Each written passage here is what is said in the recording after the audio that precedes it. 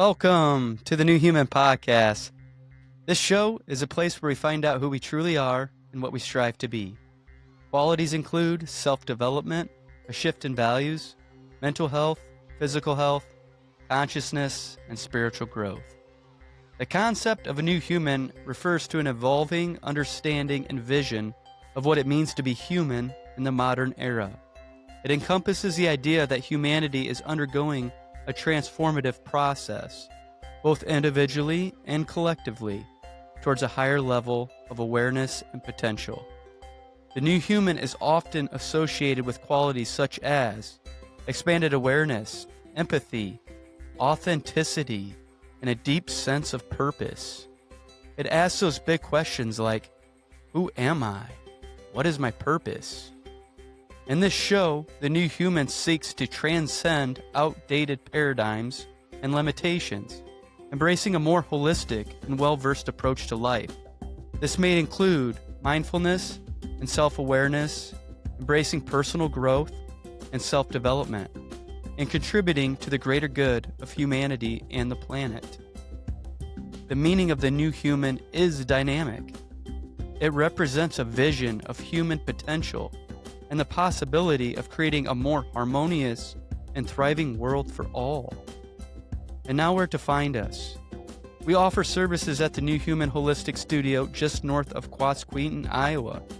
Services include Reiki, which is a Japanese energy healing practice that channels universal life force energy through the hands to promote balance, relaxation, and self-healing.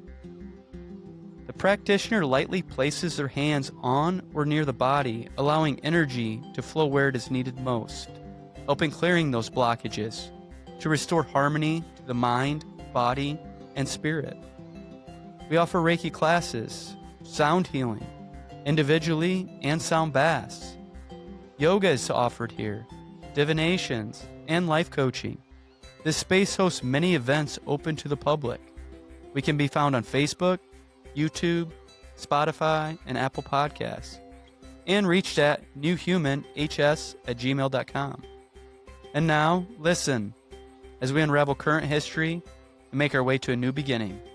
I am the new human, Justin Klein. Now, before we dive in, we'd like you to ask to hit, like, and subscribe to this channel and the New Human Podcast.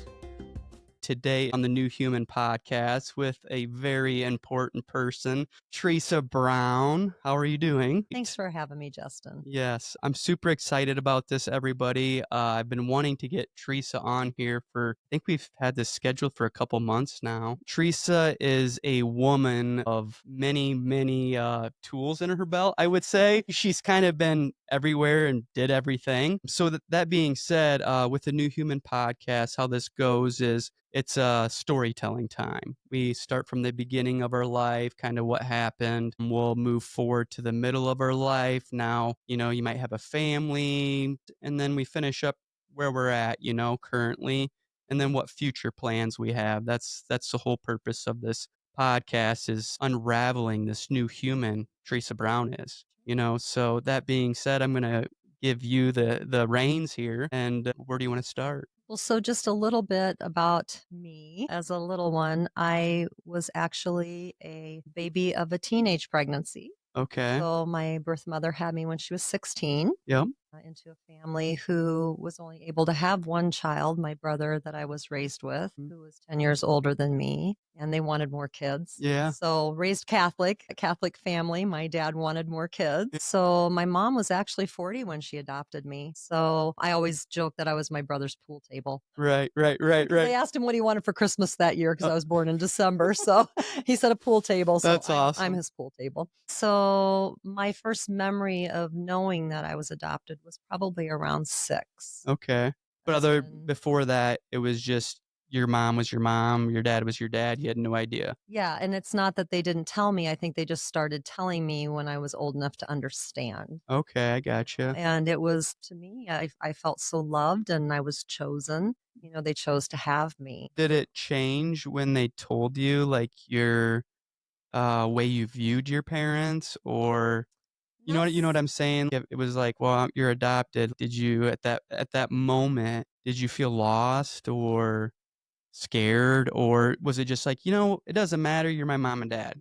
I think because of the way they approached me, Right. I felt wanted. Mhm. And I never felt any anger or anything toward my birth mom because I knew she was a teenager. So I felt that she was doing the best for me at that time. I felt really good about it until I went to school and told my friends. And then that was a different experience because back then, I'm 60 years old. So back then in the 60s, Yeah. adoption wasn't as prevalent or maybe talked about as much. There was one other kid in my class that was adopted. What age was this again? I was 6, I think, when they started telling me about it. I'm not quite sure how old I was when I went to school and told my friends. Right, because that's what I was trying to, like, 1st grade, 2nd grade, Yeah, 3rd grade. probably about that time, and then it was, "Oh, did they get you from an orphanage?" Because kids' perceptions of that, Oh, yeah, you're they you're like a scapegoat, you know yeah, what I mean? they You're didn't understand. or the black sheep, Mhm. which black sheep, I mean, I think everybody should strive to be the black Right. sheep,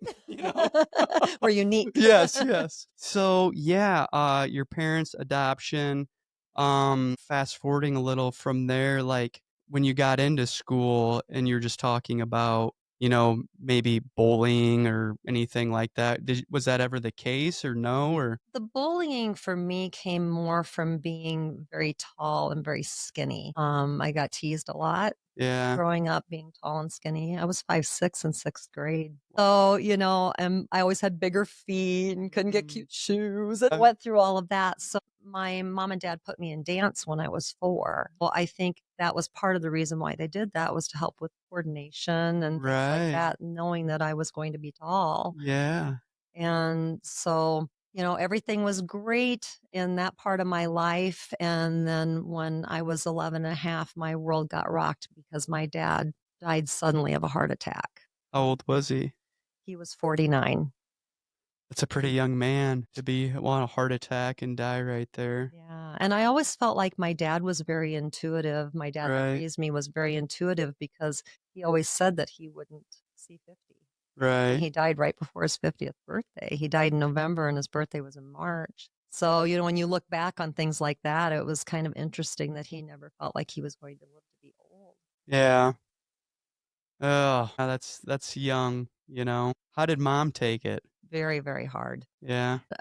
My mom worked. My mom was an RN. And so she always worked. She was a state health inspector at that time, inspected nursing homes. Okay. My dad was administrator of a nursing home, so I grew up around elderly people, which Mhm. was phenomenal because sometimes little kids are kind of scared to go into nursing homes and Oh, they yeah. smell and all of those things. And it was normal for me, Yeah. So, yeah, so the first year was really rough. Mm. After my dad died, my mom was very lost. How old were you again? I was 11. I turned 11. 12 the next month. So you're starting to go through a challenging time anyways, at 12, 11. I mean, you're starting to develop into an adult, so Absolutely. you have all that stuff coming at your psyche, and then you lose your dad. I mean, I couldn't honestly, well, I could imagine. I've lost my parent too, It's terrible, but I didn't lose him when I was, 11, 12, so I couldn't imagine how that felt, you And I know? was really close to my dad. Yeah. We did a lot of camping as a family. I have great memories. Dad did have to deal with some alcoholism in our family, both my dad and my brother, and so there was the challenges with that, Right. navigating through that. I was always very sensitive as Yeah. a child, very emotional. Things affected me a lot. Right. Did you like, with the alcoholism, was there any, like, problems on the home front, or just would you say just normal problems? Probably just the way my family dealt with things, Right. raising their voices a lot, things like that. Not all the time, but just if there was conflict, it wasn't, I don't think, dealt with in a real healthy way, Yeah.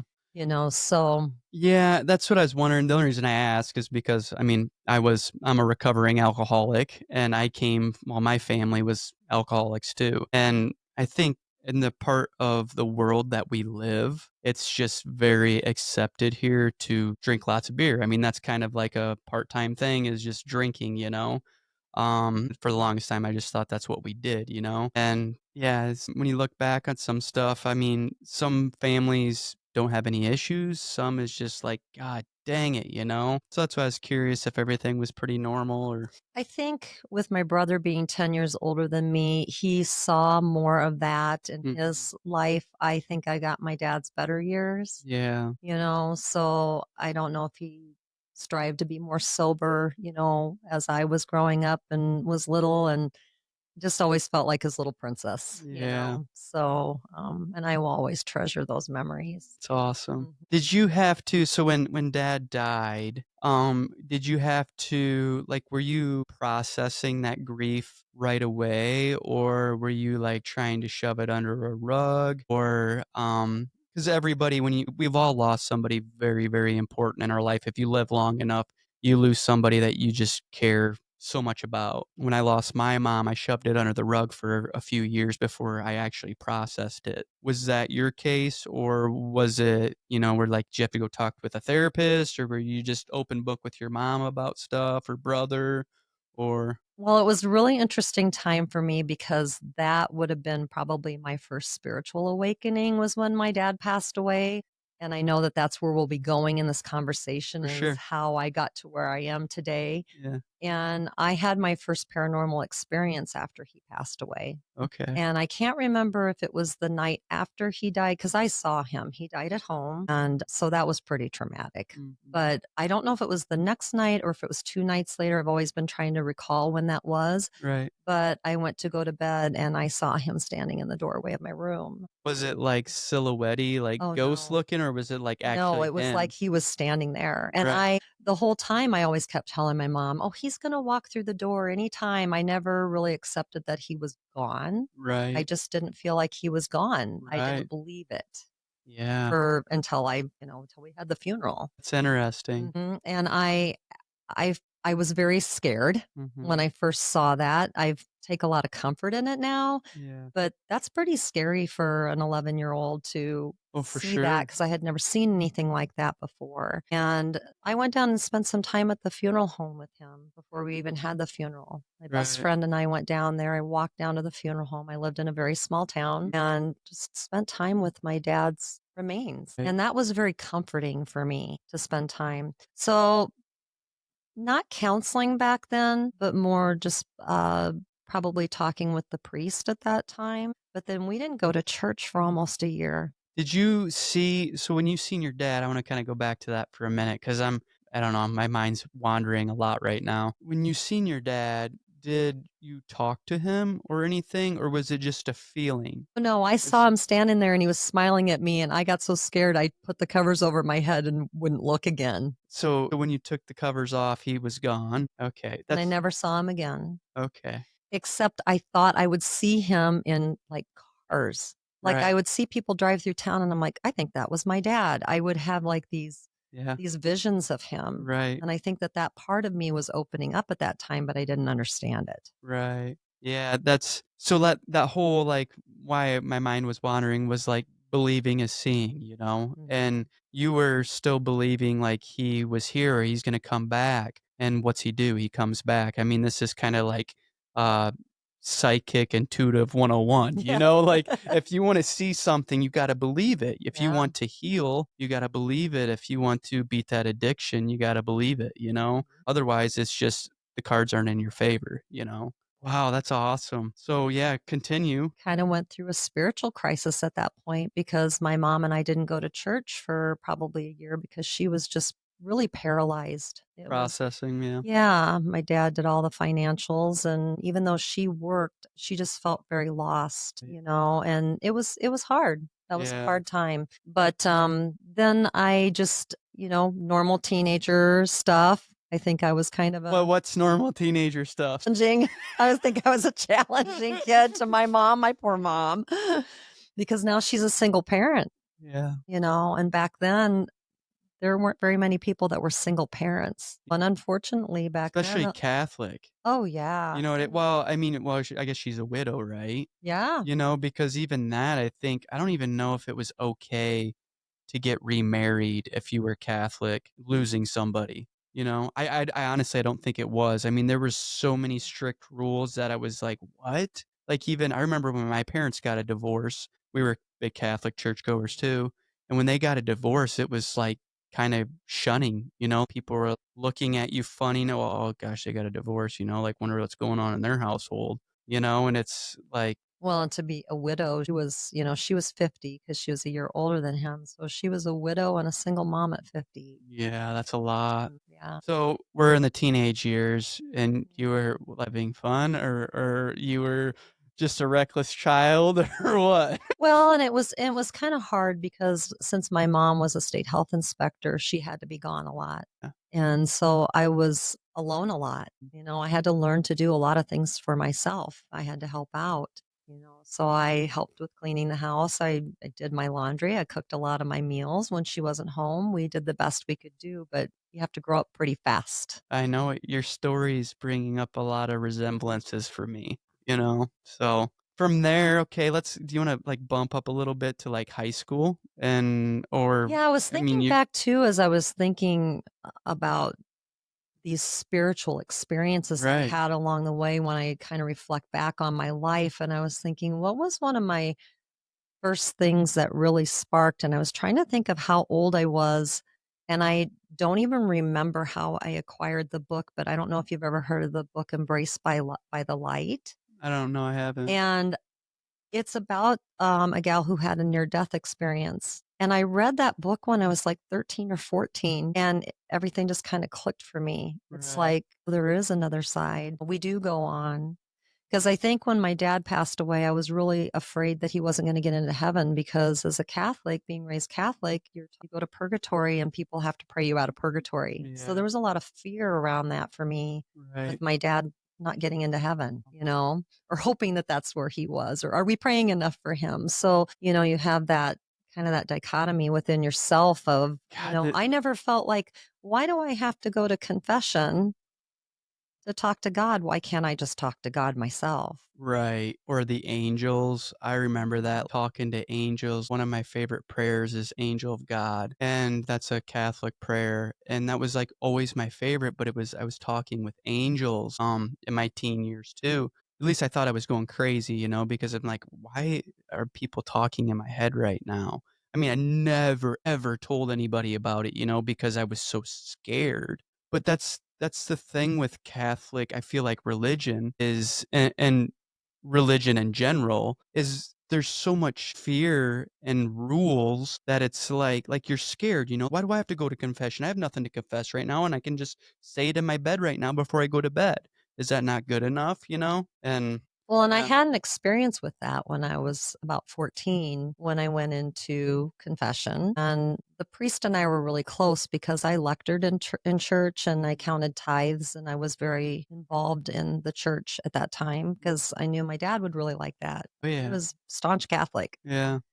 And I tried to contribute. I think I've always been a giver of service. I think Right. that's just the way I'm wired. I don't Right. know any different than to give of service, and sometimes at the expense of my own self, and I've had to learn that over the years. But I went into confession and I kind of tried to trick him, I think, because I knew if I said my mom, he would know exactly who I was because I was the only kid that had a single mom. And I might have said my parents, and he said, your mom. I knew he knew who I was. And so then I lost some trust when I felt like that was my confidant, somebody I was supposed to be able to confide in Right. for that guidance, that spiritual guidance. We all do at some point, Yeah.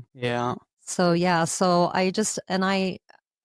being sensitive, like I said, I was always, people would always say I was so sensitive. Oh, you're too sensitive. Oh, you're this and that. And it's like, but that's just the way I am. And now I understand why, because I'm an empath. You are an empath. So, Blessing and a curse, I say yeah, sometimes. So, where do we wanna go from here? where do you want to go from here? I got Well, through those teenage years. yeah, we We got through moved when I was a sophomore in high school, which was a pretty big deal. to a, Um, like, different state, to different another town, just another closer town. closer to my grandmother. She had broken a hip, and my mom wanted to get back closer to help her, and since she inspected nursing homes, she could work out of any part of the state. So did you get the whole new kid syndrome then moving or Yeah, what? going to a bigger town, Oh, yeah. and so being a small fish Yeah. in a big pond versus Right. being a big fish in a small pond because I was, good at basketball in my small town. I Yeah. had a small dance studio. So, now you're competing against a lot of other people. I didn't know any different because I'd always been raised in such a small town. Right.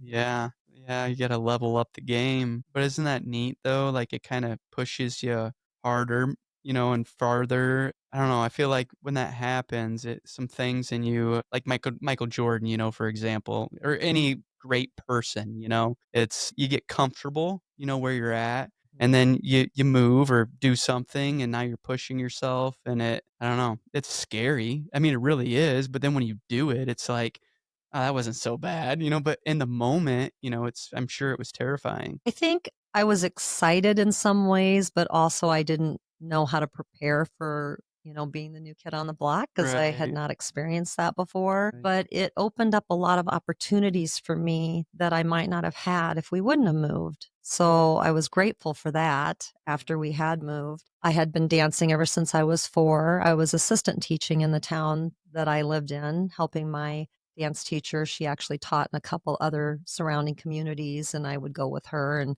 help assistant teach on Saturdays all day. So I had been teaching dance in many different ways at that point.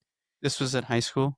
That would have been in junior high. Okay. I was assistant teaching in junior high. So then when we moved my sophomore year, I knew that I needed a job because I wanted to Right. be able to buy a car and all of those things. And my mom's like, why don't you teach dance? And I'm like, how am I going to do that?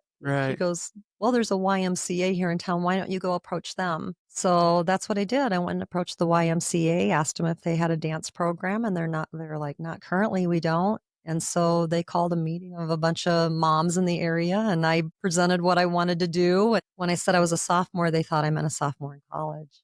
I've always been entrepreneurial. I just didn't know Yeah. that until then. And so I ran the program out of the Y the first year. And then I'm like, well, I could do this out of my home and I could actually make more money and I would have more space to teach and a little more control of the schedule. And so I asked my mom, can I teach out of our basement? And she let me do that. So my junior and senior year in high school, I taught out of the basement of our house. That's 75 dance students by my senior year. Put in your on basement of the Mhm. house. Yep, and we had the perfect setup because you just come through the front door and go right Oh, downstairs, so you yeah. didn't even have to go through the house. And so I took out my first loan when I was a junior in high school to buy the mirrors and the dance bars and put some flooring in and all of those things. And, I would go to sleep at night and I'd start dreaming choreography. So I'd get up at midnight and go downstairs and be writing dances. Well, And what kinda dance is this? Because I yeah. taught ballet, tap, and jazz. Okay. Mhm. All of that. Gotcha. Yeah. I like to dance, but I don't really know dances, I just like to dance. And then a mutual friend of ours, he was like, "Have you ever did ecstatic dancing?" And I'm like, "Huh?" And, like, I was like, "Ecstatic," and I'm like, my mom had a license plate that said that. And I'm like, "What is that?" And, he's explaining it to me, and I start doing it. He's like, "Yep, you're doing it." And I'm just like, "Oh." I'm like, but I didn't realize dance, there's so many different types of dance and Oh, where you yeah. can go and what you can do, and Oh, yeah, I yeah. taught some disco for a while with my dance teacher I helped because that was the big disco era back then, and, Oh, yeah. as I got older, I taught for Arthur Murray's and taught some ballroom in Kansas City for a while, so that's kinda fast forwarding ahead, but, yeah, and then eventually I opened my dance studio in Oline, so I Dance has always been a part since you were a kid. Yeah. yeah, that was a huge I didn't think I'd do anything other than that. How, we're fast forwarding a little bit here, like the dance and having your own studio, did you have to go to, like, college or anything, or was it just, like, you started doing it in high school so you didn't need to go to college or, like, pursue degrees or papers or anything like that? I did go to the University of Iowa as a dance Okay. major. I went to school for a year and a half, but I injured my back and Dancing? it just was not working for me to try to work at college, go to classes and my dance classes. It was just too much for me, as having to work in like bars and restaurants and sometimes closing and not getting home till 1 or 2 in the morning and then having to be at ballet class at 8 o'clock in the morning. And, it's very, very physical when you're in the college level. Yeah. And then I I never really enjoyed academics. You talk about how you feel growing up. I always felt dumb. I don't know how else to put it. I felt like because math and science were not my thing. I loved the arts. If I could spend all my time in the band and vocal rooms in high school, I would have just stayed there the whole time. I would have Right. been one of those perfect kids to go to like the fame high school, Yeah, yeah, yeah. where all you got to do was sing and dance and play instruments There should and be some kind of testing on that, yeah. like, at a very young age, like and maybe they do already, they don't. I would at least not in our area, but it's like, I never quite understood that, like, you're required all these classes to get to the next classes, like the math, English, history, yada, yada, yada. I think why I can vouch for about 90% of children and kids don't care and don't wanna do that, and then it's like you look back at it and, like, when we were growing up, I mean, you're a little bit older than I am, but still, I was learning the similar things you were learning versus, like, kids nowadays. Like, we didn't have cell phones or smart stuff when I was in school, so you had to, know your simple math, your science, whatever, and imprint that into your brain. Now it's like, dude, we have a phone that can do everything, and not to mention, like, AI and all this other stuff, like, I mean, could you imagine if you weren't wasting your time on math or science that you didn't wanna do, and you got into arts quicker and spent more of your Yep. time and devotion, how much better you would have been. Even, I mean, what you did as a high schooler is remarkable. I mean, you're running a business and 70 some students in a basement at your house. Imagine if you woulda did, what we just talked about there, what I said. Imagine, I mean, you'd have had maybe a studio and 250 students or whatever, not needing to go to college because it's like, I've been running this business for how long now? I know what I need to do. I know what this is at. Like, it's just going to keep coming to me. So you're really honing in at a young age of what you're passionate about versus, well, I guess I'm not passionate about, or let's go to school to make this amount of money for whatever, it should be what you're passionate about and then let it take care of the rest. And that's always what's driven me is what do I feel passionate about? Right. And I think as you're getting to know me over Oh, time, you're yeah. seeing that. I Yeah. go down a lot of rabbit holes. That's okay. Yeah, Yeah. and I used my dance in a lot of different ways. In high school even I was choreographing for the musicals and our drill team. I choreographed some things for our drill team and also for our show choir. Sometimes I look back and I think, how did I even do school? Right. It was like a full-time job just being me. Right. Played clarinet from 5th grade all the way through high school. So I Yeah. touched a little bit on guitar and piano. So I've always been drawn to musical instruments and music. Music's been a huge part of my life. Well, yeah, dance kinda goes hand in hand with Mhm. music. I mean, you need something to dance to, right? Absolutely. Yeah. And I was brought up with a lot of the older music. With my parents being older, they were big into swing era stuff. So, So I like, was 50? swing dance. Well, I was Or born in 64. okay. Well, no, I'm So the swing, is that like I don't even know what really swing, like, who we talking, like, what musician? Like Benny Goodman and, all of those type of do you remember Lawrence Welk shows? No, this And is, like, way yeah, before me. yeah, I mean, I know so Elvis Presley, but that's yeah. probably before him, right? But yeah, my parents were really into that type of music. They used to go dancing and stuff a lot before they had me. So Everybody did that, like, yeah. my parents talk about that's how my parents met was at a dance, and it's like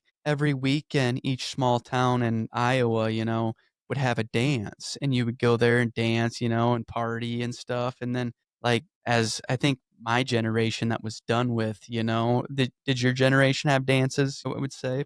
Yeah, we Yeah. did, but then that's also when, like, line dancing and stuff was starting to come around, Oh, yeah. like the bus stop and the Yeah. hustle and all that kinda stuff with disco Right. brought kind of that individual where you didn't have to dance with another person, Yeah. you know? That's so cool. So, yeah, I always wanted to be a rockette. Yeah. Yeah, yeah.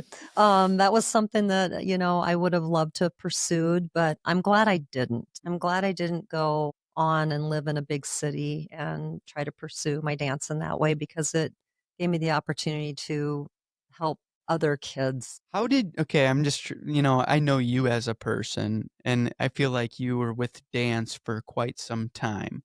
Was it just because dance is such a wide angle, so many different modalities to do in dance that you were able to stick with it, for so long? Or did you feel like, did you get bored with it? Did you like, I kind of did all this. You lose your passion. I mean, like, how did that happen? So I didn't teach for just a short period of time in my life. After I left Iowa, I did some modeling. I Yeah. got into some modeling for a while. And I moved to Kansas City to model, and that didn't pan out because I was misled by the Okay. person that recruited me to come down there. So then I moved down there and I'm like, okay, here I am in Kansas City. Now Yeah. what? Yeah. And so I ended up working in the fitness industry. So I worked for International Fitness, which has been bought out by Bali now. But I worked with women on weightlifting programs and I taught aerobics. I'd never taught aerobics, but I'm like, okay, I've taught dance forever. I should be able to figure out aerobics, right? So they were big into like step aerobics back then and aerobics classes, aquatic aerobics, all of that was coming about at that time. So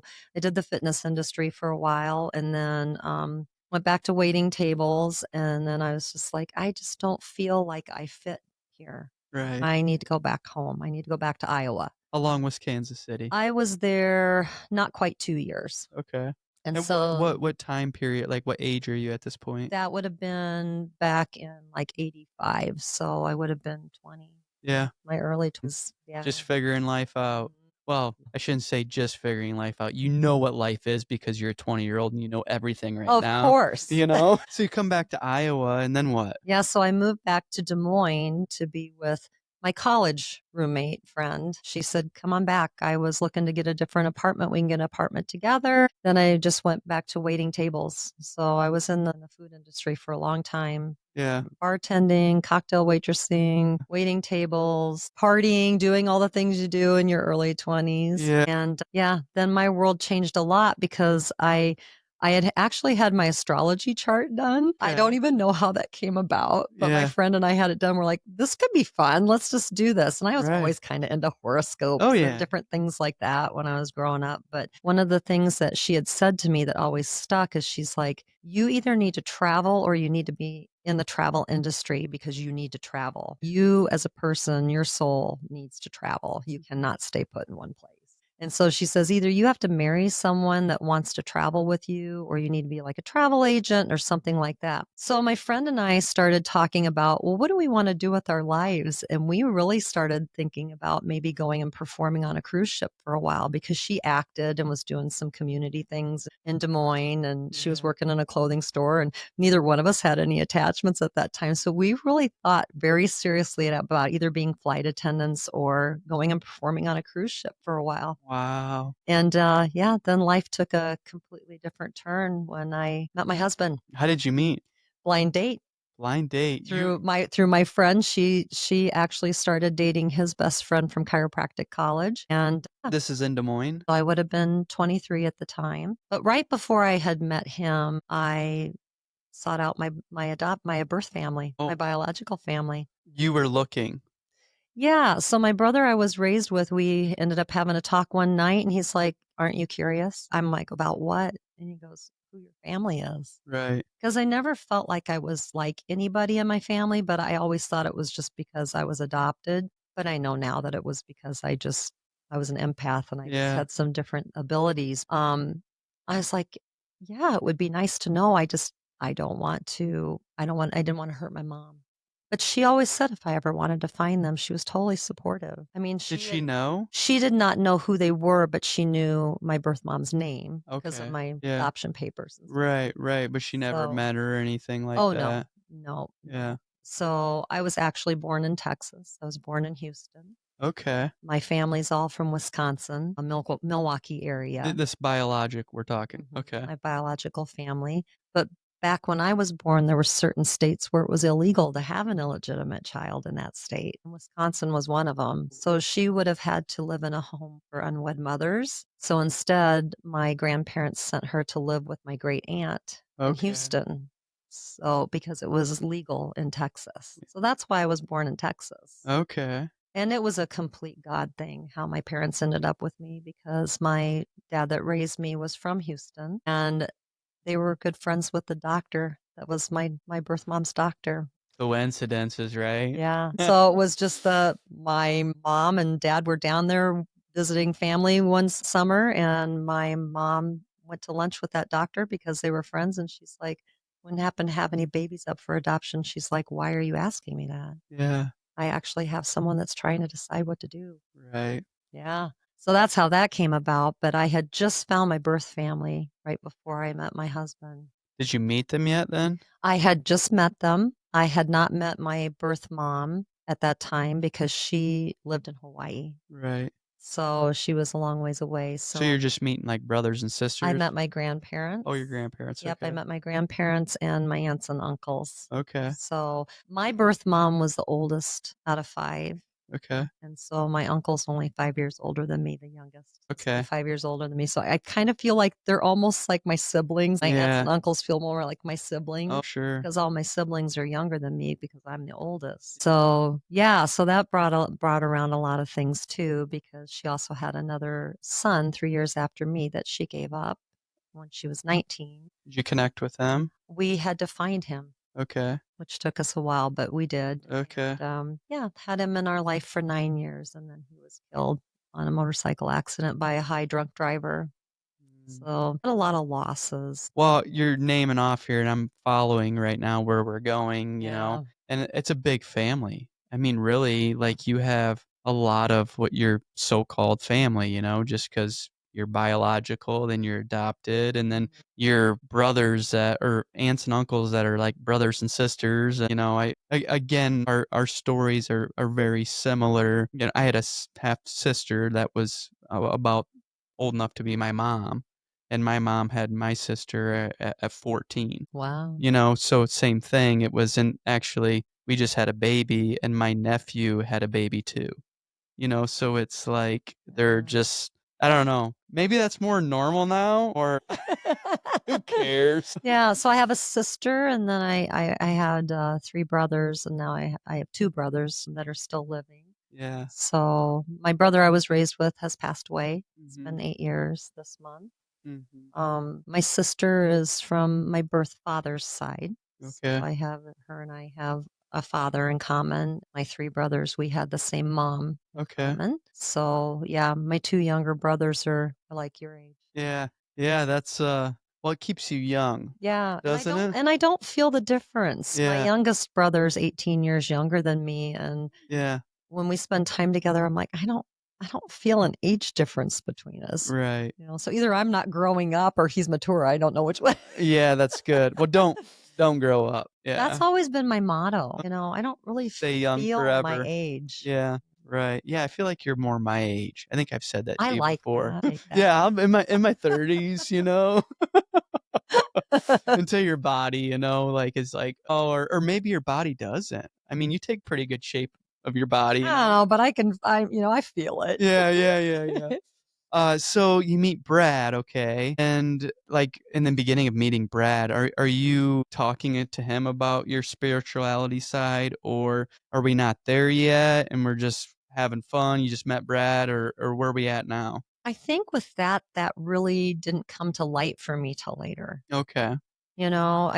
I'm me, Hmm. don't think much about it. I know that I'm a very emotionally sensitive person. People Yeah. have told me that a lot in my life. And, Yeah. oh, things affect you so much and you're so sensitive. And it's like, but I feel everything, Oh yeah. So, and I didn't even understand it myself. Yeah. I didn't understand that when I'm around other people, sometimes I pick up on how they're feeling. Uh So huh. sometimes the way I was feeling might not have even been my Your feeling. own feelings. Right. And if you're not aware of it, how do you know? You know what I Mhm. mean? Like, you're just like, I mean, it kinda reminds me of a little bit of, like, bipolar, where Yes. you're just at 1 minute, you could be completely happy, and you're in a room with, let's say, your family. I'm gonna pick on your family, and your brother's having a bad day, and out of nowhere, you're telling a story, you're laughing, and then next thing you know, you're crying for no reason. And it's like, "Well, what the hell is wrong with Teresa?" Yep. And if you're not aware, of how you feel and what you're doing, exactly, I mean, the doctor's just gonna write a note, "Well, you're bipolar, that's what's going on." I mean, I just connected that, like, how many people you think in this world are like that. Absolutely. Where they're empathic, they can feel other people's feelings, and it's not their own. And until you learn that that's what's happening, How'd you learn? that came later, Yeah. much later. Just a lot of like messing up or a lot of same lessons occurring over and over to where it's like finally maybe it sticks. It probably didn't happen until it came into my awareness as I started going down the path of Reiki and things like that, which we can get into. But yeah, back to meeting my husband. And I think it was meant to be that I was with somebody older than me. I was reflecting back on that the other day when I knew we were going to have this conversation on meeting him and being nervous, thinking that I was going to sound stupid talking Mhm. to him because he's a chiropractor. So to me, it's like I had this respect. He's a doctor. And what am I going to talk to him about that's going to be interesting to him? He's not going to find me interesting. And of course, we immediately, it was that, it was love at first sight. Yeah. And I almost didn't go out that night. And I've told people before it was a total God moment. My girlfriend kept saying, just come out with us. Right. Just come out with us. I'm like, no, I don't want to. I was Right. out of a breakup just recently and I really just wanted to be by myself, which was unusual because I'm very much a people person. And I think as I grew up, surrounding myself with people took me out of my own personal pain. And I would much rather help other people than to help myself. Now I've turned that around over the years, but it was much easier to you tell me about your problems. If I can help you with your problems, Right. then I feel better, Yeah. right? Rather than looking at myself and Mm. going within and dealing with the things I needed to deal with for me.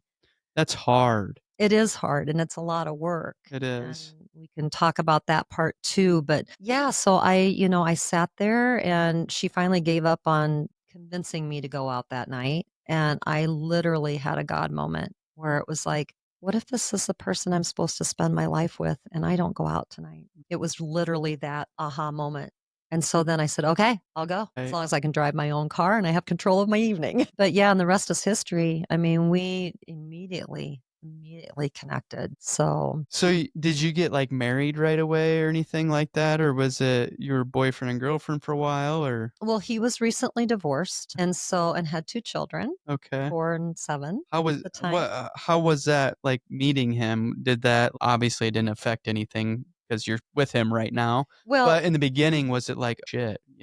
Well, it was funny because I always say be careful what you wish for because I always said, I will never be with somebody older than me. I will never marry someone that has children. I will never live in the country. I'm not going to go back to living in a small town. And I'm doing all of those things. But it's because kind of like the universe goes, really? But that's exactly what you are going to do. And so, That's I didn't know how I felt initially about being with someone 10 years older than me. And with that had kids. children, but I love kids. So I was like, okay, but here I am. I'm 23 years old, Mhm. and in a different phase of my life.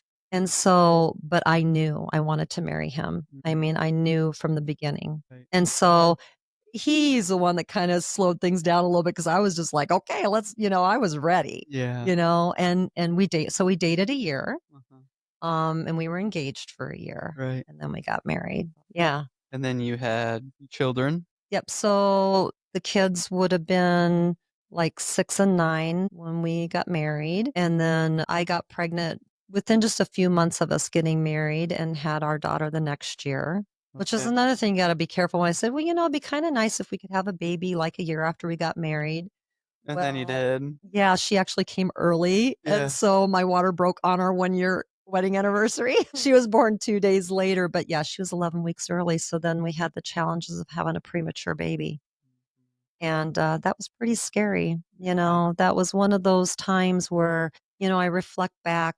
We didn't talk about when I was 17, I ended up getting pregnant and I lost a baby at 5 months, which Okay. was pretty traumatic for me as a high schooler. Right. So, but I knew that I wanted to have the baby because I'm one of those kids, Mhm. right? And so, but I hadn't decided if I was going to give the baby up or if I was going to raise the baby. I was still at that point, but I thought I probably would give the baby up, but that got taken out of my hands. Mm. And when my daughter came early, I really literally had to surrender. And I said, okay, God, Yeah. if I'm meant to have this child, Right. protect her. Right. And, now here she's, 34 years old and Divine timing, yeah. I mean, it really is, like, you know, just thinking about that. Like, and even I'm just thinking of women right now, and you don't really I don't hear many women talking about miscarriages and all of that stuff and everything they go through and how it affects you because you're, birthing or making this child. And then next thing you know, it's just gone. And it never really dawned upon me like how much that really affects women and how often and frequently it happens. My wife, she had a couple too, and I know what it did for her and what it did to us. It was just kinda daunting, And then you hear your story, and then I hear a buddy's story, and then I hear a cousin's story, and it's Mhm. like, this happens a lot more than what people talk about, and I feel like if women would bring this up, I think it would heal some stuff inside of them because it's just I don't know if were you embarrassed by it? Or, I'm just not saying you in particular, but, like, women in general, like, with losing or just because it's so painful, they don't wanna bring it back to the surface again. As far as my teenage one, Yeah, yeah, as far as, like, um, having a you know, miscarriage. I don't find it embarrassing at all, Right, but it is traumatic. for sure. And it does stay with you. And especially when here I thought I was losing another child and I didn't even know if I'd be able to have kids. Right. So Yeah. she's very precious to me because of that. And I wasn't able to have any more kids after that. And I did have a hysterectomy. Miracle baby. Yeah, she is my miracle baby. I've always told her that. That's awesome. Yeah. So, yeah. So then there's all those years of, okay, now what do I do? And I decided to start teaching dance. So then I got a job in a studio down in Cedar Rapids, and my stepdaughter wanted to take dance. So we would drive down together one night a week, and she'd take her classes. There were two studios. So she was taking her classes, and I was teaching the teenagers at that time at that dance studio. So I did that for a couple years until after Allie was born. And then I took her down with me a few times as a Yeah. baby, and then I decided to open my dance studio in Olwine, and I had that for 15 years. 15 Yeah. years. Wow. Yeah, so the gal that has it now was one of my students Yeah. who told me she was gonna take over the studio when she grew up, and I said, "I really hope you do." Oh, man. But for me, I think, I taught dance for 25 years. I loved it, never thought I'd do anything else until I was on a massage table getting a massage, and I had another aha moment, and I said, Yeah. "I think I'm supposed to be doing this work." Right. Did you feel anything else, or was it just a massage? You were just like, "Ah, this feels so good. I'd love to just help people so I they could had feel always, this." so backing up the truck, I had, gone through a period of time when we talk about like our spiritual awakenings, Right. right? So when my daughter was 6, my mom had lung cancer and she ended up dying. That was kind of a long process and, in the long run, we lost her. Right. She was only 72. And that was pretty traumatic on my daughter. Right. She was very close to her. And so she started having a lot of nightmares, a lot of things that were going on. And so I always said she doesn't realize how much she kicked me on my spiritual path because I started looking for ways to help her. My Reiki teacher's name just kept falling into my lap. Yeah. You just keep And I'm hearing it like, over and who over. is this person and what is this? I Right. didn't even know what Reiki was, had no idea what it was, Mhm. but I just knew I needed to go see her. Mm. So both my best friend and I at the time kept coming across her name. And so she scheduled her session with her before me, and I had mine like a week and a half later. And she called me right away and she's like, I got so many questions answered. This makes so much sense why I feel the way I do about this, that, and the other thing. And I'm like, really? And so I was really looking forward to that session. And it was the same for me too. It was a really huge light bulb for me to have my first Reiki treatment, Was it massage or just Reiki? just Reiki. Just Reiki. Mhm. Were you scared or anything No, I like was that? excited. You were just Mm. 'cause your friend had a good experience. Mhm. So you're like, "Oh, this is just gonna be amazing." Mhm. Yeah. It felt great. It made sense to me. The things I learned in that session, which I'll kind of keep to myself, but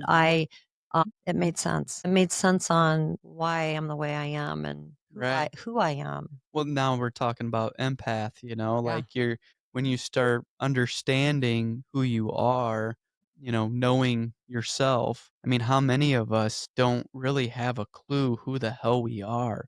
We're just Absolutely. surviving and so programmed, like to go do this, this, this. And if you don't do this, you're going to get this instead of like, man, isn't that it's just life changing when you start like looking within and like asking those questions like, who am I? You Yes, know, and even coming across my journals as a teenager, those were some of the questions I wrote in there. yeah, who am I? Who am I and why am I here? And isn't that something that we all ask at some point in time? Yeah. Like, why am I on the planet? Right. What am I here to do? Right.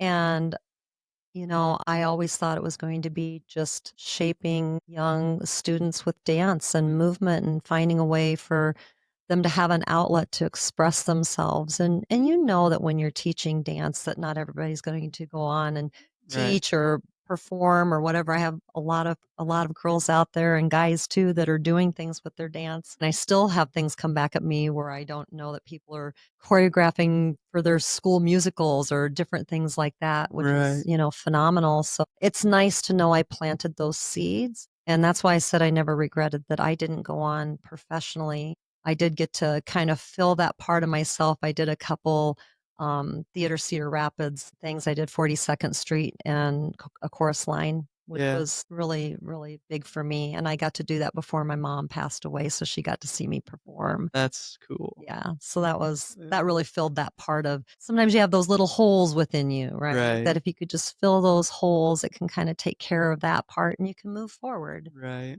Right, rather than having those regrets of going back and going, "Why didn't I ever try that?" Or, "Why didn't I ever put myself out there?" Yeah. You know? That's crazy. Yeah, so I always thought that I would teach dance. So then I went through that whole Reiki journey right away. I had taken my So was daughter. this before massage? So Mhm. this is like your stepping stone. Yep, and that was I wanted to do energy work on people, and I wasn't quite sure how I was going to accomplish that, and then that was my vehicle for it, was I felt like, "Oh, I need to go to massage therapy school so that I can legally put my hands on people and I can help people in another way." Yes, it's a very easy sell for massage therapists. I'm not a massage therapist, and when I talk about Reiki, and I'm a man too, so it's like we're stacking stuff up here, but I thought about it at one point going to massage school, just like same reason you did, because it's like how can I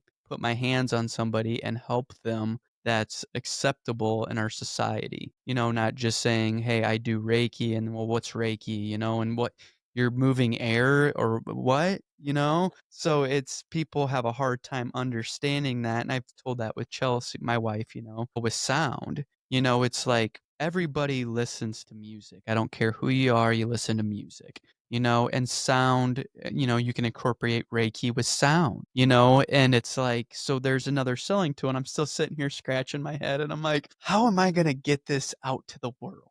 Like what's my niche, and I'm working on it, so Well, and you do know that you've learned too that Reiki comes through in a lot of different ways, oh, yeah. even this Right right conversation. well, So what we're we're doing right now. Yeah, we're creating a Mhm, little energy vortex right here of mhm, hoping that with our conversation, someone can take something away from this that will help them in their own lives and inspire them, right? for sure. Yeah, so that's kinda I had some interesting experiences when I went through massage therapy school Yeah, with energy yeah. because no one in my class I had a class of 27 women. They called us the PMS class because we had everywhere from an 18-year-old up to a 50-year-old, and it was phenomenal, and I know that I was divinely put in the perfect class for me because you've got women through all these it was one Different of the only ages. classes that didn't have any men in it Yeah, because the part-time class did, but this full-time class was one of the biggest classes that went through there was there, and it was all female. 7, 7 so, like, in the actual classroom, 27 people. in my class, in my massage therapy class. A lot of different So energies. it was phenomenal, and people at different phases in their life, which I think looking back was really cool for me to be a part of that because I was in my 30s when I went Yeah, back to school. When I approached my husband with the idea that I wanted to go to massage therapy school, he's like, "I just don't feel like this is the right time. Our daughter's still pretty young." And right. so I'm like, "Okay, I will wait." but this is what I'm going to do. I felt a Yeah. pull. He was a little concerned about me because he did understand my empathic abilities, even though I didn't know the label for that at that time, Okay. but that I would take on things from people. Like he would He watch. knew that. Yes, he knew that about me. He would watch Did that. you Like know I it? was very emotionally affected by other people's feelings, Yeah. so he watched that happen with me, and he understood that because of the type of work he does. He understands all of that. I didn't understand it. That's what I was And so he was concerned about what that career path would look like for me. Would I be able to leave work at work? right. Or would I take on other people's things and bring it home, and it would manifest within me and how I reacted to things. And so he was very concerned about that. Smart man right there. And I understood it, and I did have to learn. I mean, there was a lot of initial conversations when I was going through school because I had a lot of emotional things come up, and we would talk through it, and I had to learn how to separate myself from that, which took me down my dark night of the soul at some point. But, going through massage therapy school, I taught people about the chakras. I taught people about energy. Did they not teach that in massage school? They didn't, because they had taken it out of the program because the owner of the school had been given a bad time by a Catholic priest when she had her school in Cedar Rapids, and she was concerned about enrollment, that people would, not come if they were teaching these different modalities. Now, I think they've integrated that back in now. I heard they have, yeah. Yes, they talk about Reiki and everything, but they didn't when I was in school. So I did. So it was funny because I would take my pendulum to school with me, and on our breaks, classmates would be like, check my chakras. And I'm like, Yeah. okay, I need a break too. But I would have people have emotional releases on my table.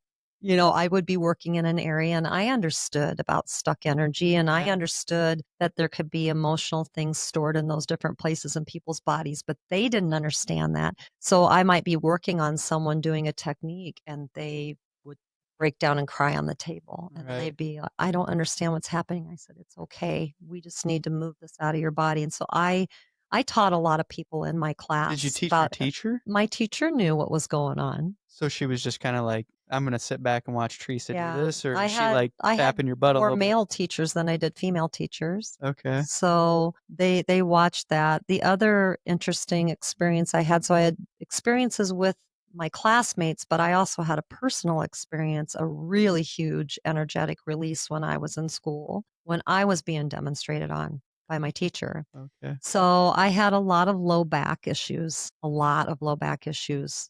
Started when I was young. I understand it now with the Yeah. loss of my dad and a lot of the family things, being adopted, all down Right. in the root chakra, sacral chakra area of my Yeah. body, and the things that I had been through as a teenager. So that energy had stored in that part of my body, and I think was locked in there. And so, even with chiropractic adjustments and stretching and all of the things I was going through, there was that little component that hadn't been addressed. And so, I was the demo person for low back techniques for specific work that day. And I was on the table, and the data projector was right above my head. And the teacher got in and released a part of my back that was very stuck. I felt the energy shoot up my spine and out through the top of my head, and it blew the data projector bulb. Oh gosh. And everyone was just like, oh, the data projector went out. And I'm having a complete visceral reaction on the table. I'm shaking, Yeah. and we're taking a break now. And I am on the table, like Shaky. losing it. And so my friend came over to me, and I am just bawling. And Yeah. I said, you need to go get the teacher. Something happened to me. Who And knew? so, yeah. So she went and got him, and he goes, okay, we need to flip you over and work on the other side. And I mean, he knew what happened, but I told him, I said, I think I have a projector bulb. Yeah. He's like, what are you talking about? I told him what happened. Yeah. So I have personally experienced things like that. Yeah. So I understand it. So yeah, so that was kind of that journey through massage therapy school, but massage therapy school was really really healing for me. You go Yeah. through a lot of things when you're having a lot of body work done. Uh, Yeah, and how long have you been doing massage now? 21 years. 21 years. Yeah, so my studio and my massage overlapped for a couple years. Mm. So I was going to school and coming back and teaching dance at night. Mhm. A lot of work. Yeah. We were just talking about that off air about the passion Mhm. and how many people if you're talking about a career change, and moonlighting is what I called it, where you're doing your real job and then you're practicing your second job. Hopefully your second job will become your real job again. Yeah. And yeah, so that's quite some time doing massage. Do you see yourself slowing down at all there? It's been evolving. Yeah. I've noticed over time. I also teach yoga. So I kind of went down the Reiki yoga massage path all kind of at the same time. It was one of those you and I've talked about before where I say I always feel like my spiritual awakenings are not from point A to point B. It's like slingshotted from A to Z. Yeah, yeah, yeah, yeah. And I think my mom, when my mom passed away, that was a big spiritual awakening for me because things looked different. Like I was opened up to that whole other world because this all happened after she died, and went down the Reiki path. And then my best friend's like, "Hey, I'm taking yoga classes down here at St. Luke's Center for Wellness. You need to come down. You're going to totally love this. You Did need it." did you know I what knew nothing yoga about did No, I knew no? nothing about yoga. She just said yoga? Yeah, she goes, "I've been starting to take these yoga classes, and yes, you need to come do it." Now we had delved into chakras and things like Yeah, that through Reiki. So now this was another physical part of working yeah, on my vessel that I right. that I didn't know at the time I needed to do. And so it was another one of those aha moments. I'm taking these classes and I'm like, I'm supposed to teach this. Yeah. My husband always jokes about how no matter what I get into, I either have to teach it or sell it. Yeah, you're an entrepreneur. Yeah, I that's just the way I Yeah, am. I remember at 17, you're in the basement again with Yep. 70 some kids. I just can't believe that, but, I mean, that's what you are, you know? Always Shark been like Tank, that. should get a hold of you. Yeah, so, I was So taking yoga down yeah, there, and I'm like, I know I'm supposed to do this eventually. I always felt like I would have to teach something with movement, even if I wasn't teaching dance. I mhm, need to move, and I think it's so important to move the body, which right. now I understand that's moving energy. And what type of yoga was this? So at that time, it was a hatha yoga Yeah, class that I was taking down there. But I would say to my bestie, I'm like, and I'd say to my husband too, I know I'm supposed to teach this, but this isn't the way I'm going to teach it. right, And so then they had a teacher come to do a demo from Yoga out of California. She was traveling around. I think they were just getting it out there a little bit so people would see the system. And I'm not even quite sure how she ended up there. And she came to do a demo for the teachers that taught there, but they could bring any students that they wanted. And our teacher invited my best friend and I to come to this demonstration class. And the minute she started demonstrating, the minute she started flowing, I looked at my friend and I said, this is it. I knew with every part of my body that I was going to learn yoga and I was going to teach it. So down that rabbit hole we went. right. And so, yeah, so then her and I pursued getting certified in that, went out to California and Oh, spent you some went to time. California to do it? Mhm.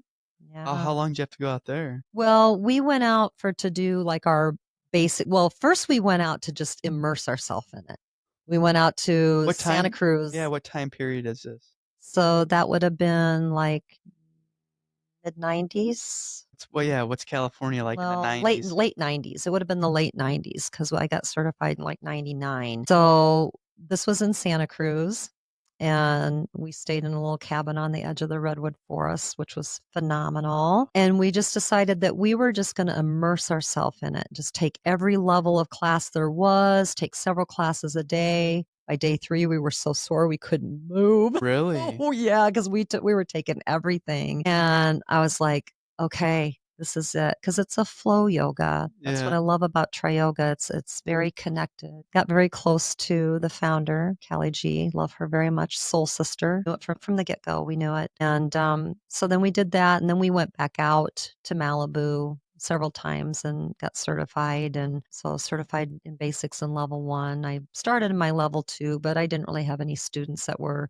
wanting that level, so I just didn't pursue that, but I know the level 2 flows. Did you have to Was this the only place you could get this certification was in California? At that time. Okay. At that time. Now there's a lot of senior teachers, and we have teachers in Cedar Rapids, and they're doing a lot of things now online and through Zoom. Yeah, I've seen COVID that. kinda changed a lot of that Yeah. too, where they have have it. And she's connected with the Yoga Alliance now so that there's hours. So I'm kind of one of those unique ones where we were pioneers. So there was 4 of us that brought it to Iowa. How do you sell this to men? Yoga itself? Yeah. Well, I mean, I'm aware of different yogas, out there, but I'm saying as far because your yoga is more of a like stretching and using the body, correct? Well, Tri Yoga's very much embraces all 8 limbs of yoga. So everything from the sound, the music that's played Oh, really? is because sound, nada yoga is a limb of yoga. So Okay. sound. So you play specific types of music. Even the way we talk,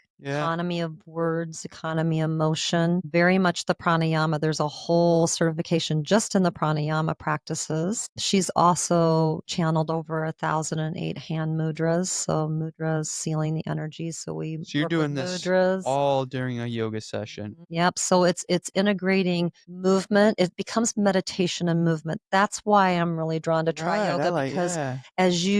once you've learned the postures and Right. everything's connected, it's Right. not like hold a Yeah. posture. Everything flows in and out of each Right. other, which was appealing to me as a dancer.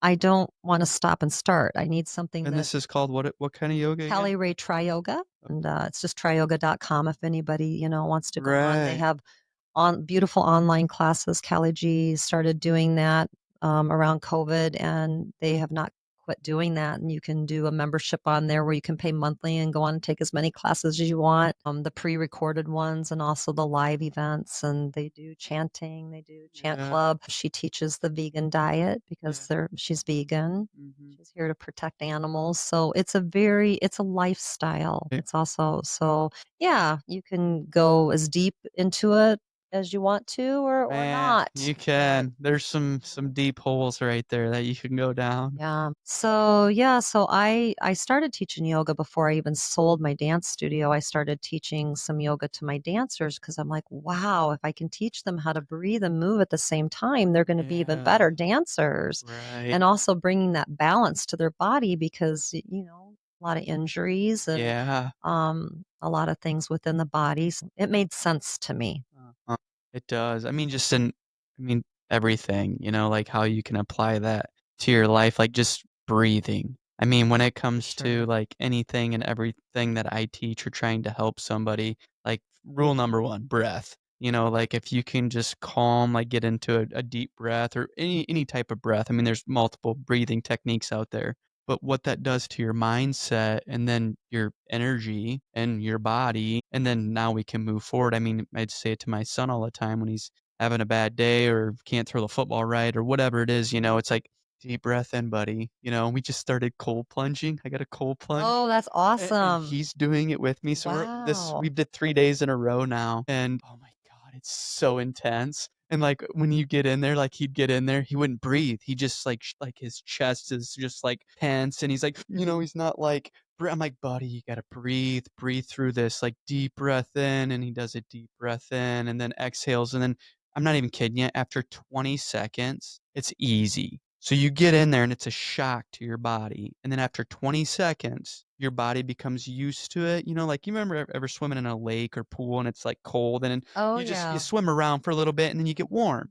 It's kind of the same thing, but you're not swimming in a tub, it's just you're sitting there. But we've been slowly, like we started off at like anything like a tolerance, we started off at 50 degrees and did a minute and then went to 2 minutes and then went to 3 minutes. And now it's like, hey, let's try 45 degrees. And now let's go for 3 minutes. And so he was doing it. He had a friend over yesterday. And I was like, hey, you want to try it? And same thing. Okay, this is why I'm saying the breath. Same thing happened. And I told him prior, I said, listen, this is going to be a shock, but you can get through this and you're going to breathe. And I was telling him all the benefits of it. And as soon as he went into the tub, it was just like, breathe. And he started breathing. He's like, this isn't so bad. I'm like, breath, like just imagine people cutting you off, anything, just the breath. Absolutely. So very important. And you think with the cold plunge, I mean, they've been doing that in the Scandinavian countries forever. Yeah. Takes us Yeah. a little while over here to catch up with these modalities that have been around, yoga for like thousands of years. It's because we're young. You know what I Mhm. mean? And we've been controlled for so long that we don't know and we're just following everybody else. And, like yoga, I mean, I remember reading the autobiography of a yogi, and when Yogananda came over to California and brought yoga and, like, look at it, and then that kinda just opened everything up, but that was, I think, in the fees, which is, I mean, that's 70 years ago, and these guys have been doing it for thousands of years, and we're just like, "Oh, no, America does the best of the best," and it's like, "Dang." Well, and I think too, there's that stigma sometimes with people that they think yoga's a religion. And I'm like, no, Hinduism's a religion, and you Uh-huh. can practice that and you can follow the fasting days. You can do all of those things if that's what you choose to do, but it's a philosophy. Yoga's a philosophy, and it's part of the health system. You think of Yeah, Ayurvedic medicine and yoga and all the things that they do in India and the Asian countries.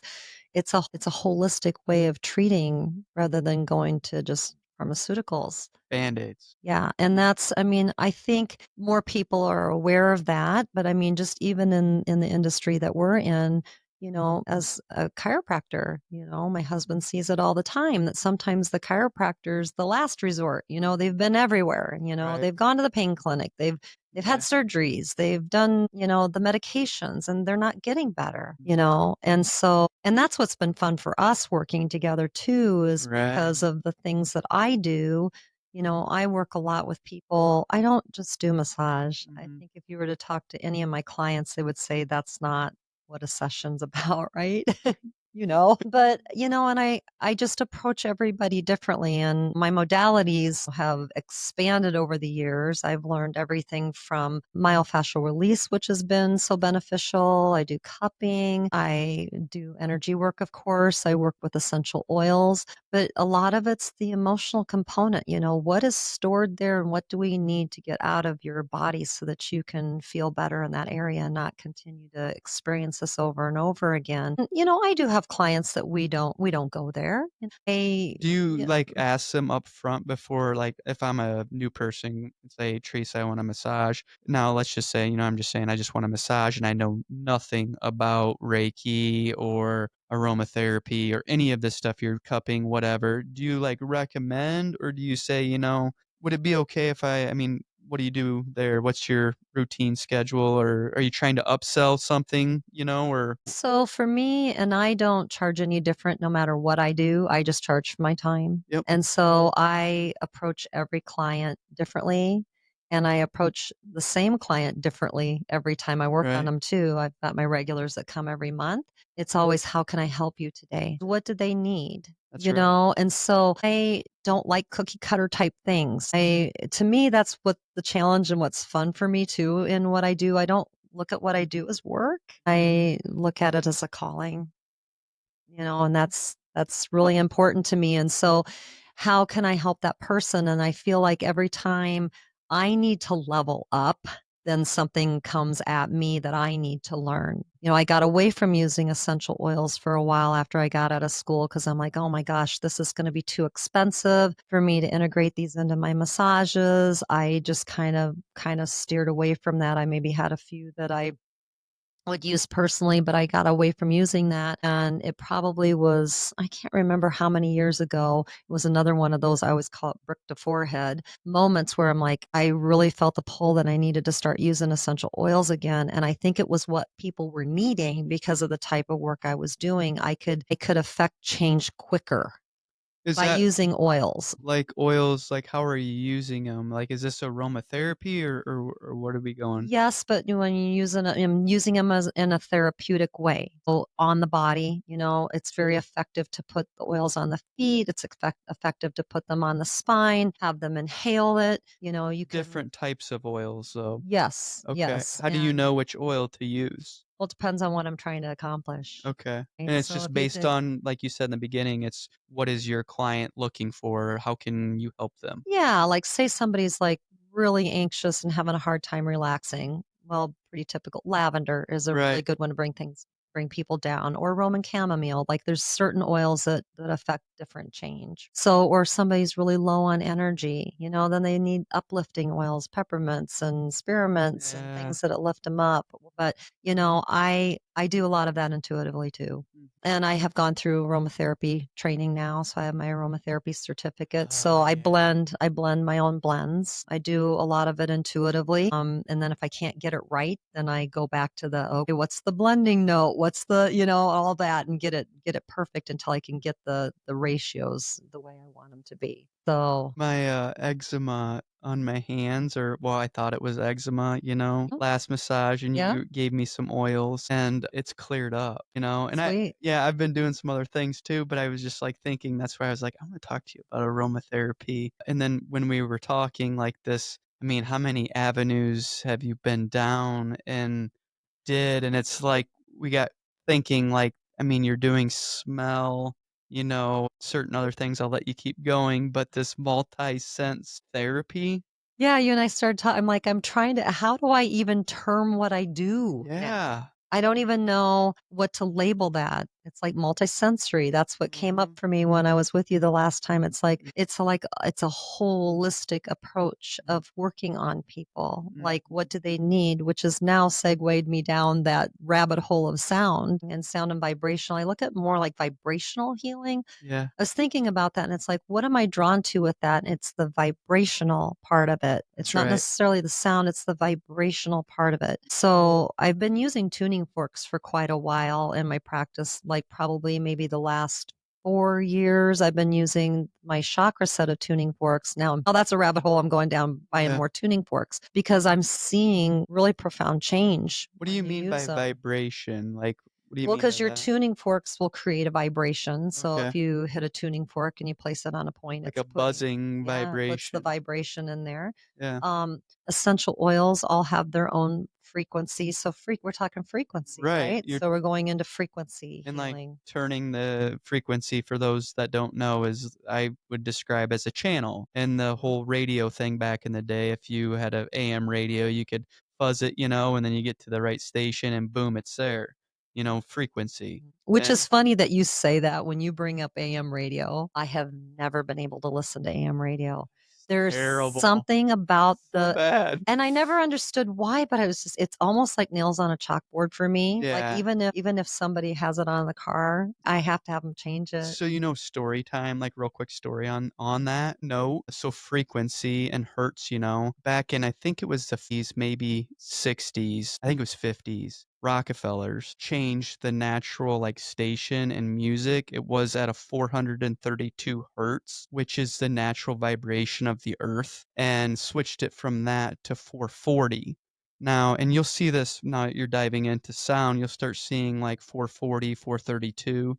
And 440, there are benefits of it, but if you look at it on, like, let's say you had sand and you beat a drum and the sand makes geometric shapes and stuff, that's the vibration happening. Sure. Well, 440 is causing it to displace and disperse unevenly, not into a flower-like geometric shape, because it's was introduced to kind of dumb us down, essentially. I mean, I'm just being blunt. That's why Mhm. it was introduced to dumb us down. So when you start paying attention to that and, like, listen to 432 hertz, like, or music, anything, it's like, oh my God, that sounds so good. But if you're not aware of it and all you've ever listened to was 440 or AM radio, how would you know any better? Like, you get a CD player and then you go to, like, your smartphone and it's like, or a vinyl, and it's like, damn, that is good, like, I've been Yep. listening to this, but it's because you don't know any better, so, I mean, this is all just what you're Mhm. tuning into. Yeah, and then I was introduced to the Salveggio frequencies, several years ago. So you start listening to those or the binaural beats, and when Mhm. you see how that affects yourself, I'm a very experiential person. And so I need to experience things before I do them. So, like, even with like yoga, I went out and I really immersed myself. And if I'm going to teach this, I have to experience this for myself. Same thing with myofascial release. I went to a weekend seminar out in Sedona for that, where you immerse yourself into Yeah, working on each other, but experiencing it, because I right. will, I will never do something for someone else that I haven't experienced myself, because I think that that's how you help other people too, is from your personal Mhm. experiences. We all Walk have it. our journey. Yeah. We all have our journeys. We all have to experience life in our own ways. But if you can take bits and pieces of your life and help someone else through what you've learned and what you've experienced yourself, I think that that's really important to me anyway. Right. Yeah. So sound. Yeah. Are you My nerve next rabbit hole. are you nervous or excited or what? What do you I'm super excited, and I told Chelsea before we came in here, I ordered my chakra crystal bowls this morning before I came. Yeah. I'm really excited to get those. I think, and it's not just for others, but I know that this is the next thing that's going to level me up Yeah. as far as what I need for myself, playing the bowls and just the things that I have right now. I've got a practitioner bowl and I've got a couple Tibetan bowls that I've been working with on Mhm. myself and on my clients, and I'm just seeing some really cool things. Yeah. I'm so blessed because I have clients that have been with me for 21 years. And so I have certain ones that love to be my guinea pigs. Yeah. They're like, "What are you learning now? Do it on me." 'Cause they fully trust you. They do. You know, it's just it's I mean, it's therapeutic, like going to the doctor, but again, you've said it multiple times on this show, the holistic way. Yeah. Like we're going to the root, we're not band-aiding stuff up right now. We're gonna start moving some stuff and see what happens. And when you have so much faith, like I do with you, I mean, our last massage, you did aromatherapy, like, here, sniff this while you were massaging. And I'm like, oh my God, that's the best smell I've ever smelt in my life. Like, what is that? Well, and it changes the brain very It quickly, and people does. don't Yeah. realize it just seconds. 10 Sure. seconds can change the brain. For So that's sure. pretty powerful, the olfactory sense, For sure. very powerful. Yeah. So, yeah, so every oil has an energy, has a frequency, every sound has an energy, has a frequency. I mean, the whole time we've been sitting here, my hands buzz because I can't talk about Reiki without my hands start buzzing, which I love our Reiki family. Teresa, I do have a few questions here that I wanted to get into after we've heard your story and all the modalities you do and avenues you like to go down. One question I got, and this is going to be becoming a typical question on the New Human podcast, is how can you explain it to our audience how it's possible to connect with spirit and energy? In Teresa Brown's mind eyes, how is it possible for you to connect with your dad, seeing them, or just feeling like you're talking how empathic you are, like picking up energies of somebody. Like, have you ever really just asked yourself that question? How is this possible? Like, how am I tuning into this person's field? Wow. And it's difficult, isn't it? That's a good question. And I think that those, like I always tell people, because we all have intuition. Right, I think people look to people that do the type of work that we do and they're like, I can't do that. No, everybody can. It's like right, a muscle, you have to exercise it. And even when I went down my Reiki path, there were some things I wanted to be able to do, like see certain things or hear certain things. And I'm like, well, I want to be able to do that. And I've had to develop it over time. right. Like, for instance, when my daughter was little, I'd be like, okay, let's play games. So if we stayed in a hotel, and I still do it to this day Yeah, myself, which elevator's going to come? yeah, And try not to, don't listen, but yeah, just immediately, what's your first thought? Don't overthink it. What's the first thought? yeah, And I think it comes down to trusting ourselves. yeah. And I think sometimes that's hard. I know when I first started, because I do channel, I do communicate with the other side. Mm, I didn't understand that for a long time. And I thought, am I making this up in my head? But the longer you work on people, especially if it's people you don't know and you get information that there's no way you'd know it, right, then that's your confirmation. So I right, always say, okay, there's my confirmation, or I'll get confirmation by getting goosebumps too. So right. I think over time, I've learned like what my tells are, like what Yeah, my signs are for me. And I think that's what everybody has to do is find how do you get your information. So something resonates with me, it feels right. If it doesn't resonate with me, I just want to repel it, mm, right? I just want to push it away like, yeah, yeah. that doesn't resonate with me, or that person's energy. Whoa, I don't know if I can have that in my energy field, so you have to learn to use discernment. How do I connect? Wow. You just That's said it. Do you want me yeah. I can name it in 2 words. What? Know thyself, Oh, I like that. you know? That's good. Yeah, I mean, you just said it. If you're paying attention, your goosebumps and looking inward, and we touched a little bit on it earlier in the show. But once you start paying attention to the details, not what's in a book, not what's on your phone, like just paying attention to the details of who is Teresa Brown? What is she capable of? Ooh, why am I feeling this? Why do I have these goosebumps right now? Or, you get the ucky feeling and you feel gross, I mean, maybe that's not a good sign. Like, let's get the hell out of here, And I've had experiences like that. I can give you a specific one. Yeah.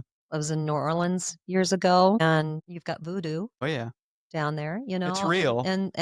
black magic, Yeah. and I don't resonate with that. I mean, if Yeah. there's people that do, that's fine. I mean, Right. everybody has their Own thing. I thing. Yep. don't judge. R We were walking in and out of shops, and we were traveling with our friends, so we had our husbands with us too, and my bestie's very connected into these things too. She feels things too. So we are in the shop, and I'm looking around, and I'm like, at first it was like, "Oh, this is cool." And then all of a sudden I'm like, "Yeah, this isn't cool. No, I don't. I got to get out of here." Yeah. And I looked at her, I'm like, "We've got to get out of here." And she goes, "I agree." And so we grabbed the guys, we're like, "We got to get out of here." And they're like, "Okay." And we're like, "No, now, like right now." And Feeling.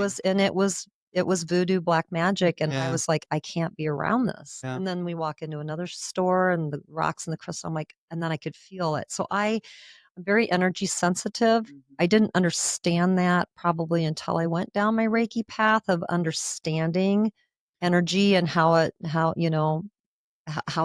R feels coming out of my hands and things like that. Is it possible, do you think, for one not to, like, do Reiki or anything like that just to pick up signs and signals? Absolutely, Do you absolutely. believe Reiki enhances it, though? I think it did for me initially. It's kind of funny how now it's just such a part of me and a part of my life, I don't even think about it Right. anymore.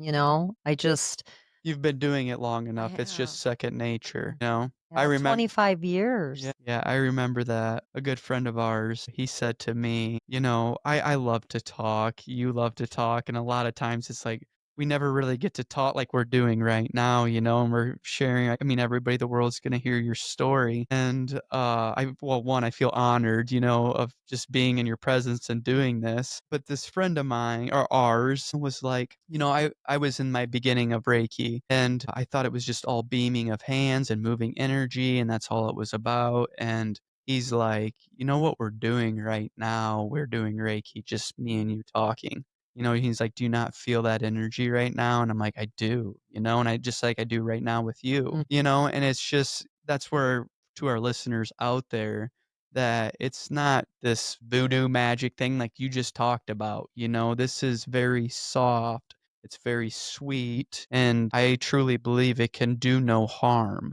It's again though just using our words and how our words are just so powerful and what they can do. Words do have power, and I think you and I've touched on that before too. The hidden messages in water and that whole study. If people aren't familiar with that, Y- they need to check into that to understand it because they do all the bottles with the water Water. from different sources, and all of the negative words and then all the positive words, and then they froze the water and looked at it under the microscope, and all the negative words, the water's distorted and ugly and black and Yeah. not organized. Not Like you beautiful. talked about the drum with the sand with the Yeah. different hertz. Yeah. And then all of the positive words, they look like snowflakes. And then you think about how we're mostly water. So then if you even and thoughts carry energy. So Oh, I yeah. don't think people understand Just necessarily that thinking if you think something harmful about someone, you're sending that energy wave to them. for sure. Call it back and don't do that For because that's sure. harmful to that person. Yeah, I can do this with our baby telepathically. We will talk, and it's sometimes, I guess, depending on what mood I'm in. I don't talk a lot. Like I can be very quiet, and then I can also be very vocal, with my words. And it just depends on how I'm feeling. But when I'm in a mode of just being quiet, I like listening. I mean, you have to get really quiet and like listen. And that's where I can listen to my 1-year old, what he's saying in his head. Like he's sending it back to me, and then I'll focus on him and send it back to him. And it's like, because it's a thought of mine and we're on the same channel right now, so I can talk Mhm. with him. And it's like never in my wildest dreams did I ever think that was ever gonna be possible, where, just thinking something or, maybe you were just talking about you have somebody you don't really like or somebody that annoys and pisses you off. Just thinking about how much annoying or I wish this or I wish that, and then next thing you know, it happens and it's like, Mhm. "Shit, why did I say that?" I mean, I didn't say it, but I thought it, Yeah, and it's like just being aware, mindful, conscious enough that, like, it's real, you know? that power of attraction it's a real thing. For sure. Alright, so I got a few more questions before we wrap up here, but, Okay. these aren't very easy questions, so if they're too much, I'm sorry. But we'll start, easy and go hard. What would be the perfect day for Teresa Brown? Wow. The perfect day. Perfect day. I'm very much a water girl, so I really do love to be by the ocean. So I would probably get up, do some yoga and meditation, get the body moving, sit and have beautiful conversation with my husband over a cup of coffee, and then go for a walk on the beach, and then maybe swim in a pool. Dinner. Yeah, yeah, food, Yeah, dinner. I know that leaves out what I do, but if it was just something for me, if we're talking about what Yeah. what feeds me, Mhm.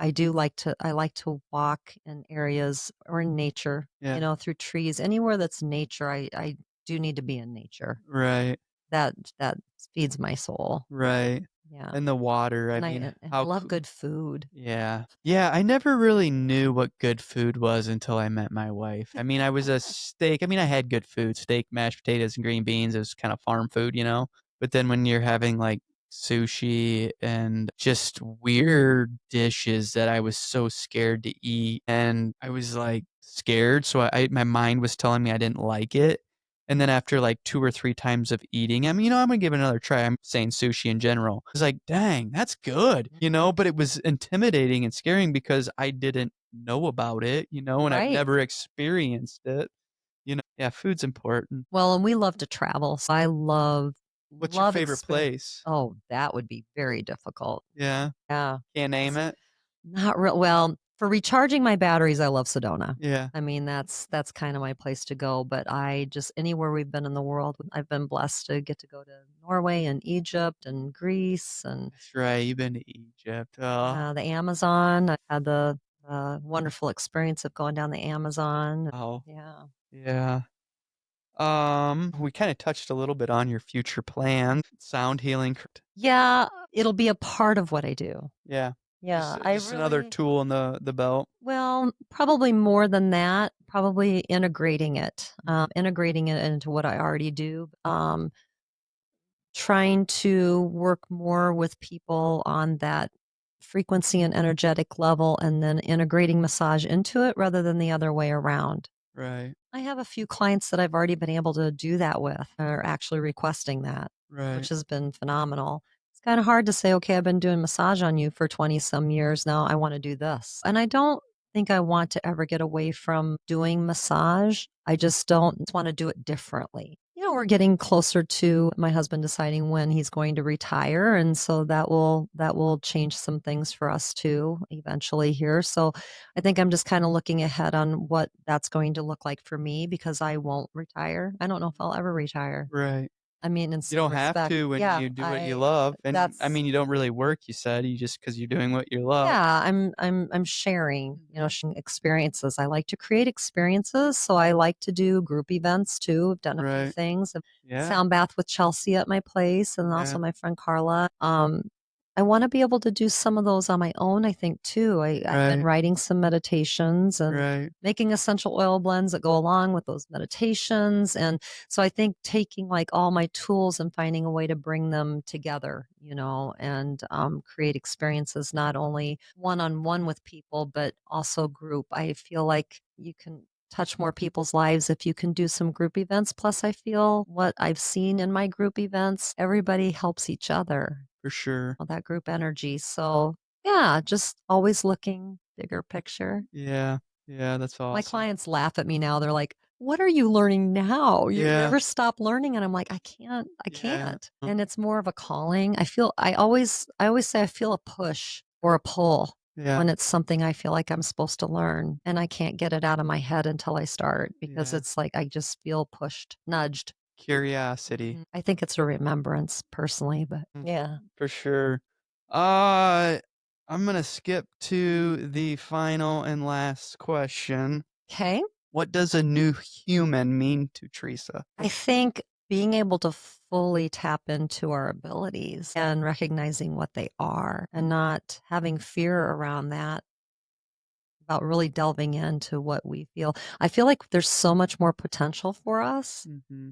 We're only using a part of ourselves at this point. And so I think it's a lot of us are finding that we need to find that time for ourselves so that we can listen. We have to listen, Yes. really listen in Mm, and spend that time with ourselves. So, yeah, for me, it's just expanding, mm. allowing myself to expand and not limiting myself. Can you picture, like, can you see in the future a new world, where things are a little bit different than they currently are? I Yeah, I mean, do. depends on, again, what channel you turn into, what attention and intention you put out in the universe. But some people, the world's on fire, and some Right. people it's just like, I mean, I'm glad I got to live the life I did because your kids aren't going to be able to live that life. And again, that's their, station they're on, and then Yes. there's certain stations like we're on right now that I truly believe that this whole new human thing is developing. It's in the beginning stages. And I truly believe that I got many, many years left on this planet that I'm Yep. going to witness and see something so beautiful and be like, and sitting in this moment, like, I remember having that conversation about that, Yes. and now look at where we are. Because, I mean, in my opinion, and I think you feel this way too, is when you said it, we're here to do so much more than what we think we are. We're just not aware Absolutely. of it right now, Absolutely.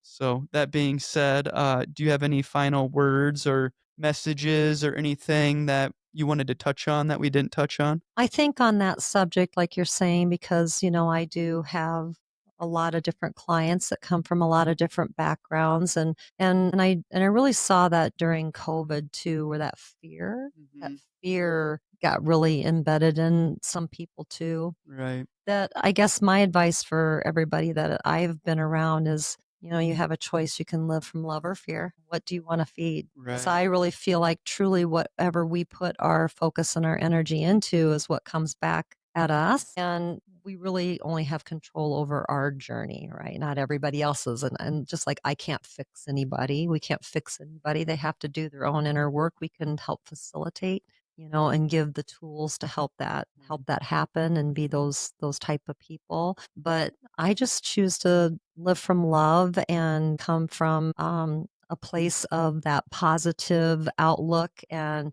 being aware. I'm aware of all of those things that are happening on the planet. I'm not closed down to that, but I don't feel a benefit of feeding that fear because that can come back and affect my own personal self. Beautiful. Well said. All right, everybody. Thank you for tuning in. Thank you for this amazing conversation. Thanks for having me, Justin. Thank you. I love you. Love you too.